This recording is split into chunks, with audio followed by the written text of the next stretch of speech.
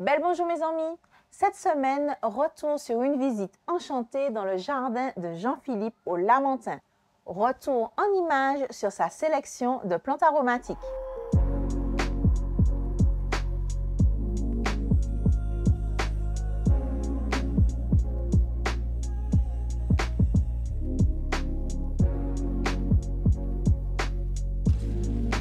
Alors, ben écoute, là on va trouver ton bonheur. Tu voulais du chadron, j'ai quelques plants, j'en ai ailleurs aussi. Du Oui, je chadron. voulais absolument du chadron béni pour mijoter un petit plat. Je suis encore dans l'hésitation, donc je savais que chez toi que j'allais en trouver.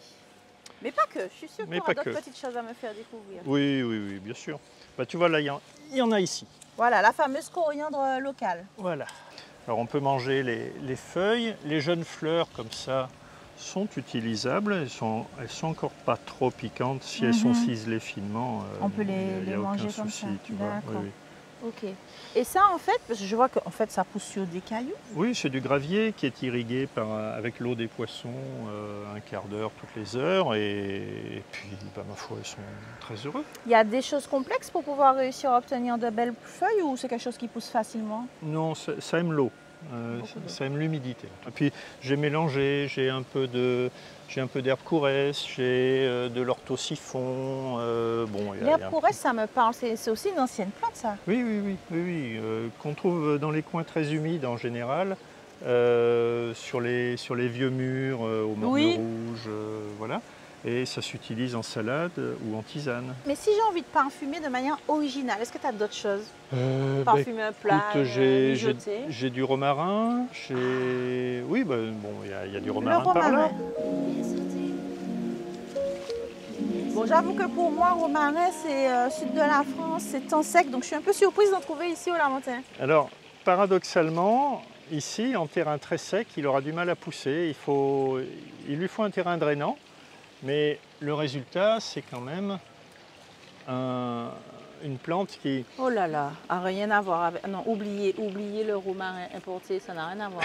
Elle est Moi, je valide. Très forte, très grasse. Ah ouais. Et voilà. Et avec ça, tu aurais quoi d'autre à me proposer? De l'estragon, je crois, c'est ça? Oui, l'estragon, voilà. Et ça aussi, ça pousse bien ici? Oui, ça pousse très bien. Pareil, beaucoup d'eau. Ça aime bien l'eau. Dans la même veine, tu as autre chose qui te vient ou pas? Bah, écoute, tu vois, on est à côté du basilic, mais il y a un curcuma qui pousse là. Les jeunes feuilles de curcuma sont assez délicates. Elles sont comestibles? Oui, tu m'apprends quelque chose. C'est parfumé, ça a du doux, goût. Hein, l'odeur est proche. Donc tu le cisèles et... Ah ouais, c'est bon ça. Très délicat. Oh. Bon ben là, ça y est, j'ai toujours le même problème quand je viens te rendre visite. Je ne sais jamais quoi choisir. Je suis désolé que tu viennes. Je suis désespérée, mais vous savez quoi, je vais trouver une solution au problème et ça, ce sera en cuisine. Qui veut choisir?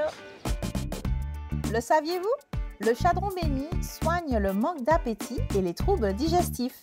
Il possède également des vertus antibiotiques et anti-inflammatoires. Vous l'aurez compris, j'ai de quoi trouver l'inspiration. Et justement, j'ai choisi de cuisiner les chadrons bénis. On cuisine ensemble ma daube de thon revisitée au chadron béni. Pour réaliser cette recette, il vous faut du thon frais local, de l'oignon, des piments végétariens, du piment fort, des feuilles de bois d'Inde, de la tomate en boîte, une belle tomate fraîche, de l'ail, du gingembre, du persil et de l'oignon pays, du citron vert, de l'huile et des feuilles de chadron béni. Je commence par préparer tous mes condiments pour réaliser mon fameux mix d'aromates créoles. Vous connaissez maintenant la chanson. Oignon, oignon pays, persil, gingembre frais, de l'ail, du piment végétarien.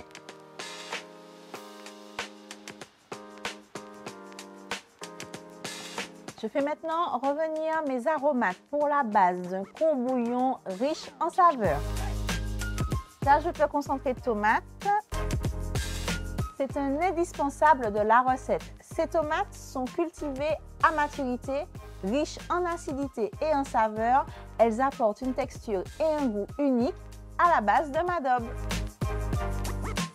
Je n'oublie pas de saler et poivrer généreusement, puis je laisse compoter avant de rajouter de l'eau. Aïe, j'ai failli oublier, les feuilles de bois d'Inde bien sûr.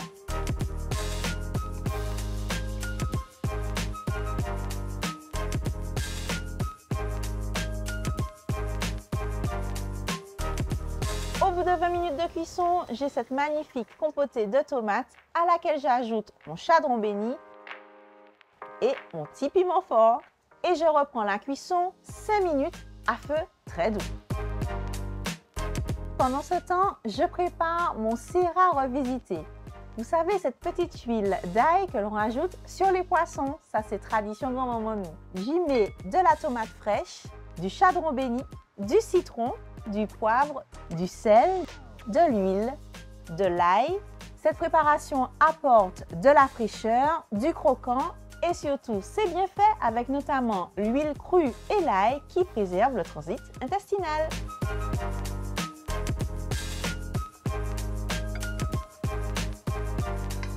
La daube de thon traditionnelle se cuisine avec du thon mariné frit, généreusement et longuement.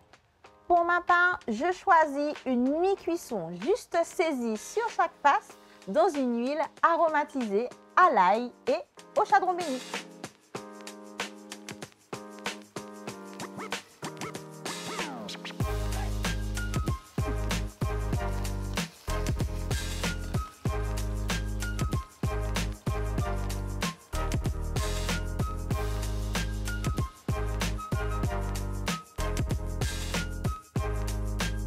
Je vais dresser ma daube de thon revisitée avec un petit riz basmati cuisiné au bois d'Inde.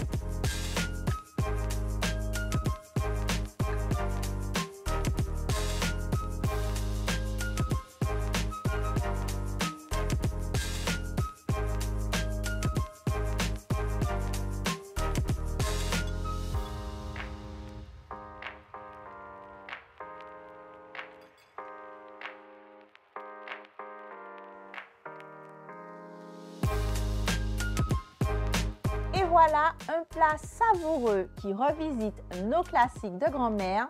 C'est aussi ça la Martinique dans l'assiette. On se retrouve très vite pour une nouvelle recette. Et surtout mes amis, d'ici là, prenez soin de vous.